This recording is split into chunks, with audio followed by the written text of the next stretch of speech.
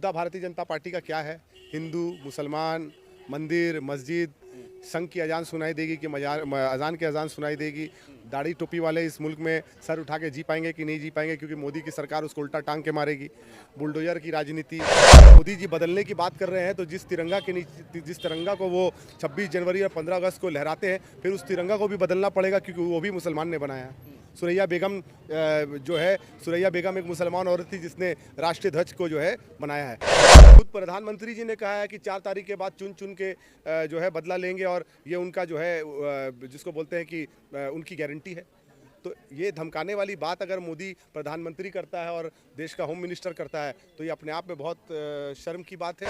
मोदी जी की पार्टी उनको प्रोजेक्ट करती है कि वो भगवान राम के जो है अवतार हैं, लेकिन मैंने जो रामायण देखा है उसमें मैंने रावण को घेरुआ पहन करके साधु के रूप में देखा था, जिन्होंने सीता मैया का हरण किया था लंका से और उनको वनवास कटाया था। तो मोदी जी वही रावण है जो घेरुआ भी पहनते हैं, रुद्राक्ष भी पहनते हैं, राम का नाम भी जापते हैं और देश की जनता का वोट लेकर के देश की जनता का अधिकार SIR में लाइन लगा करके हरण करते हैं। मोदी जी जहां कंगना रनावत के साथ और स्मृति ईरानी के साथ और बाकी जो उनकी महिला तमाम जो सांसद है उनके साथ जो वक्त बिताने का उनके लिए समय है, लेकिन अपनी धर्मपत्नी के साथ नहीं है, तो क्या बात है?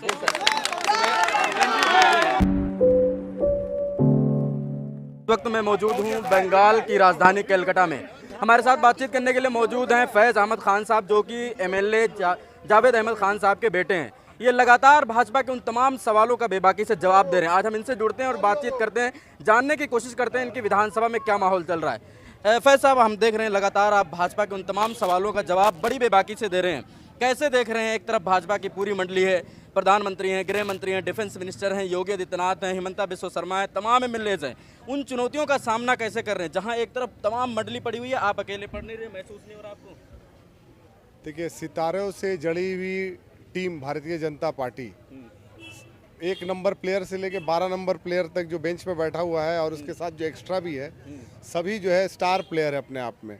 लेकिन उन सब के ऊपर जो सितारा है, जिसको बोलते हैं कि ये सितारा बोलते हैं नॉर्थ पोल, बड़ा सितारा जिसको बोलते हैं, वो ममता बनर्जी है। इसीलिए एक ममता बनर्जी को हराने के लिए पूरे देश से भारतीय जनता पार्टी ने अपने तमाम स्टार कैंपेनर, जिनको सो कॉल्ड स्टार कहते हैं, वो अकेला ममता बनर्जी के अकेली ममता बनर्जी उन पर भारी है। तो आप लोगों को डर नहीं महसूस हो रहा है कि तमाम लोग एक तरफ हैं, आप अकेले नहीं पड़ रहे? डर तो भारतीय जनता पार्टी को महसूस हो रहा है, इसीलिए डर की जैसी जैसी दिन कट रहा है और 4 तारीख सामने आ रहा है, पूरा देश से भारतीय जनता पार्टी ने 20 राज्यों के मुख्यमंत्री बंगाल में है, खुद स्वराष्ट्र मंत्री यहाँ है, होम मिनिस्टर अमित शाह 15-20 दिन से जनता पार्टी को किस किस्म का डर है उनके मन में है, कितने भयभीत हैं कि वो आखिर तक जो है कोशिशें कर रहे हैं बंगाल के लोगों का दिल जीतने के लिए। आप अपने विधानसभा में लगातार दौरे कर रहे हैं, पब्लिक मीटिंग्स चल रही है, रैलियां चल रही हैं, क्या क्या मुद्दे हैं जो आप जनता के बीच लेकर के जा रहे हैं?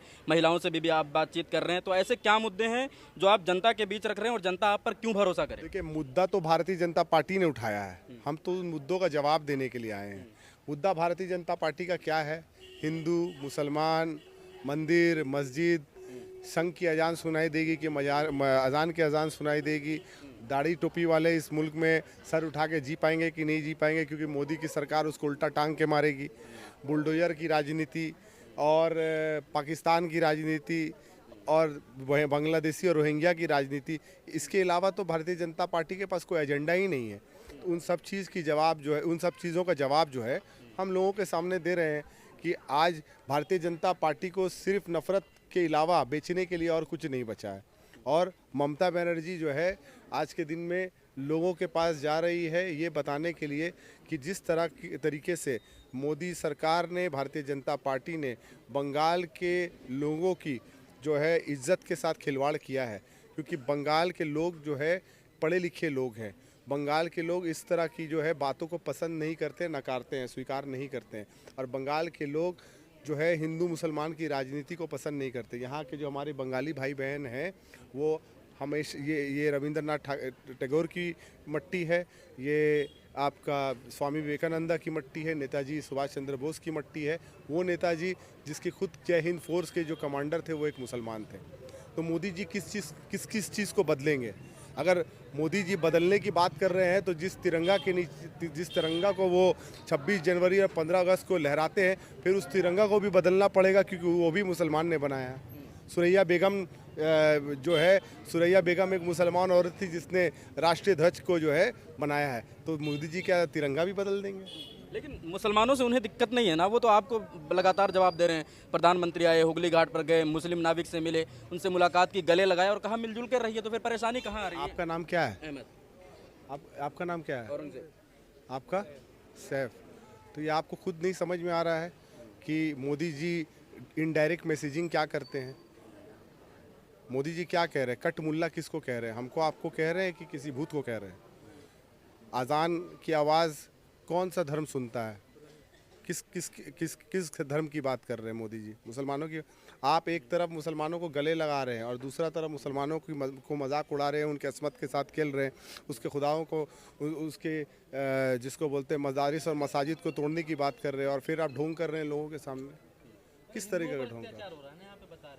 नहीं, मुसलमानों के ऊपर तो अत्याचार कर ही रहे हैं, और अब तो पूरे देश के अंदर हिंदुओं को भी बांट दिया है। अब गंगा जमनी तहजीब तो पहले ख़त्म हो चुकी थी, अब सनातन धर्म को भी इन्होंने जो है ख़त्म करने पे जो है ये हो गए, शुरुआत हो गई है। क्योंकि आप देख लीजिए किस तरीके से बंगाली और बिहारी के बीच में डिवीज़न क्रिएट हो जा रहा है। अगर कोई नॉर्थ इंडिया से महाराष्ट्र में काम करने जा रहा है तो वहाँ मराठी मानुष का जो एक नारा लग रहा है, तो वहाँ बिहारी मार खा रहे हैं। और यहाँ बंगाल में आज जो है बंगला स्पीकिंग जो हिंदू हैं उनको बांग्लादेशी कहा जा रहा है, और जो बिहारी जो लोग हैं, जो हिंदुओं में भी, बंगालियों में भी भगवान राम को मानने वाले लोग हैं, और बिहारी जो हिंदी स्पीकिंग है उनमें भी भगवान राम को जो है मानने वाले लोग हैं। तो आज तो सनातनी को सनातनी के सामने खड़ा कर दिया गया।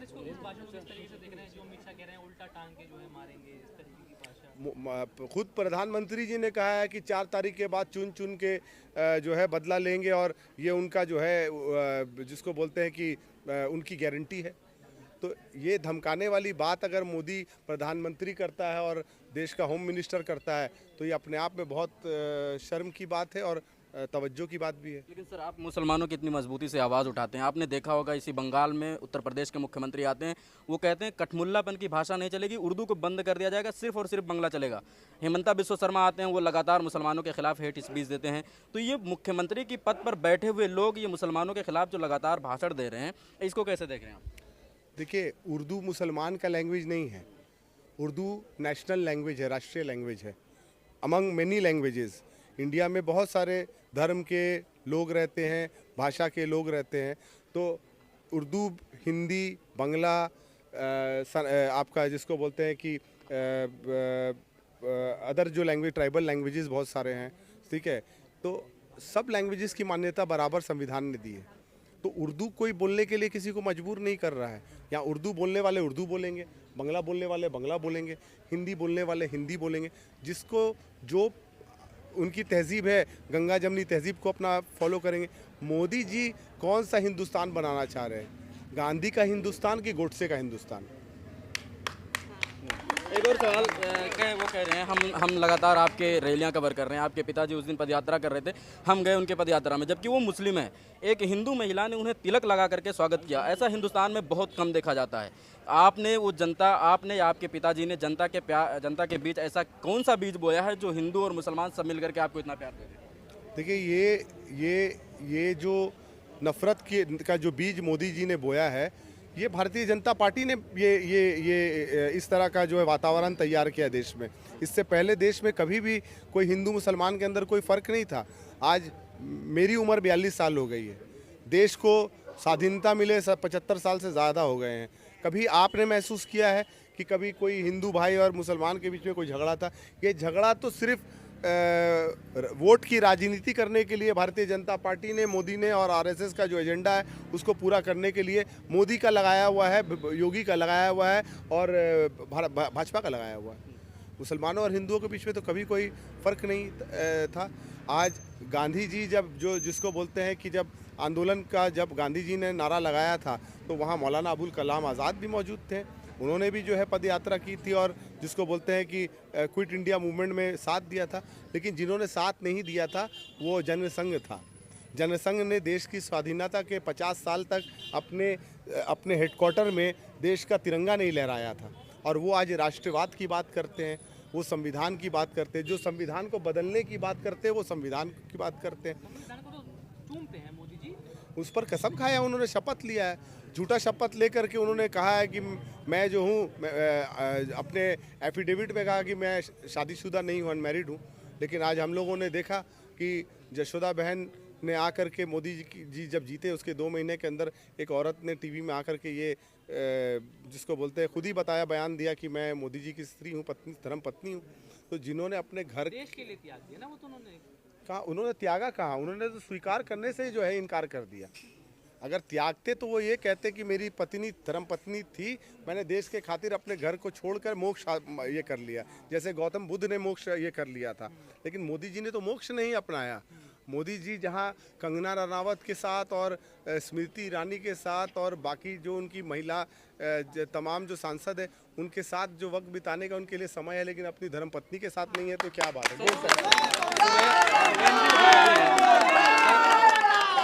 शुभेंदु अधिकारी हैं, भाजपा के बड़े नेता हैं, आपके नेता के सामने चुनाव लड़ रहे हैं। वो ये हिंदुओं को ये डरा रहे हैं कि अगर ममता की सरकार आती है तो कोई मुसलमान को भी मुख्यमंत्री बनाया जा सकता है।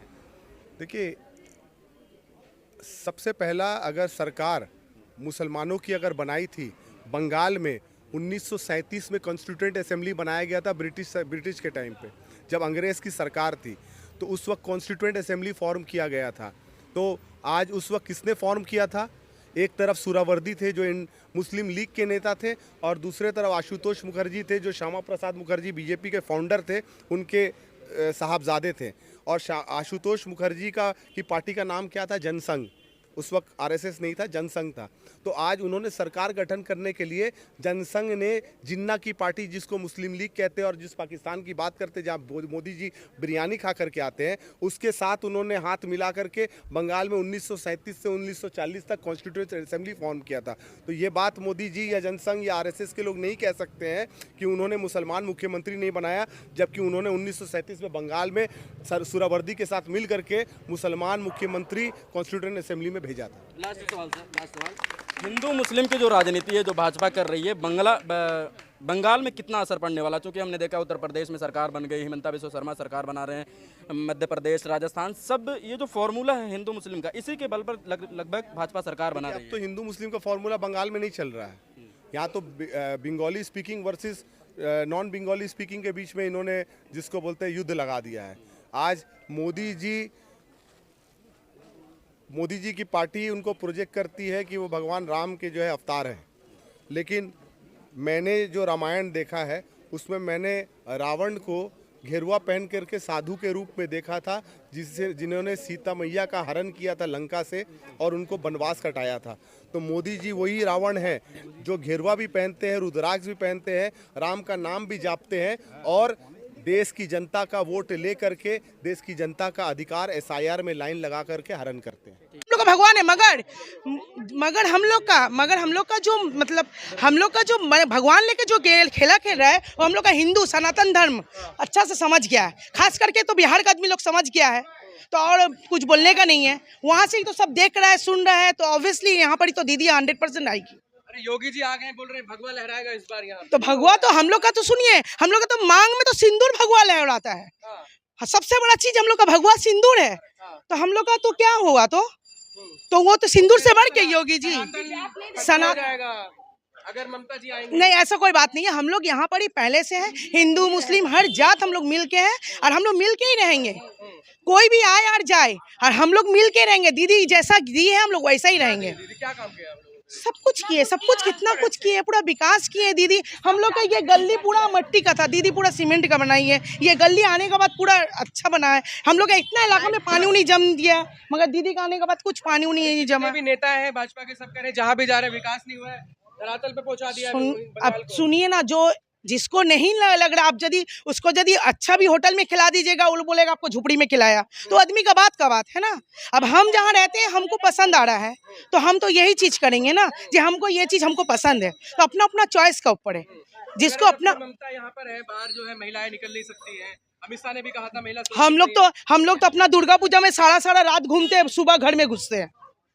इससे और क्या चाहिए? बीजेपी नेता सब झूठ बोल रहे थे। 100%। बिहार में कोई निकलेगा? छठ पूजा में सारा रात कोई लड़की बाहर रहेगी? हम लोग का यहाँ पर ही कलकत्ता में ये होता है, पश्चिम बंगाल में ये होता है, से सारा रात एक लड़की रात भर निकल सकती है।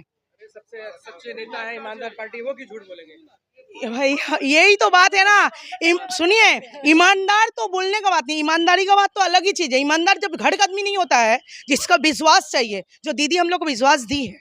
मोदी पे विश्वास नहीं है? 100% नहीं है, 100% नहीं है। प्रधानमंत्री है तो नहीं है। अरे वो सुनिए, वो आए कुछ करे, भरोसा दिलाए तो ना भरोसा पाएंगे। अरे बाबा, गला मिलने से पेट भरेगा? मेरा हस्बैंड कल काम में नहीं जाएंगे, खाना आ जाएगा घर में? पहले ये बताइए। चुन के लाएंगे तब ना। हाँ, वोट चुन के लाएंगे तब। बहुत जगह उनको वोट भी मिल गया, वो जीत भी गए। क्या विकास किए उनको मालूम है। विकास करेंगे, बोल रहे हैं ना 1500 मिल रहे हैं, हम 2-3 हजार दे देंगे, डबल में कुछ नहीं है। आप ये तो बोलने का बात नहीं। यदि आदमी नहीं सुनी यदि आदमी यदि पैसा में ही बिकता तो ये तो बिकने का सामान हो गया। अरे विकास के लिए आपके नहीं, ये विकास नहीं है। आज वो मोदी जी बोलते हैं ना, जे वो क्या बोलते हैं, जे वो ममता दीदी लालच दे रही है, तो वो भी तो लालच ही दे रहे हैं। 3 और 1.5 का बीच में तो लालच ही दे रहे हैं। कुछ नहीं चाहिए, जैसा दीदी हम लोग को दीदी चाहिए। दीदी कहाँ प्रधानमंत्री बराबरी कर पाएंगे उनकी? सुनिए, मेरा जब तबीयत खराब होगा, आप बाहर से आदमी आएगा ना, यहाँ का अगल बगल का आदमी आएगा, 100% पहले अगल बगल का आदमी दौड़ेगा।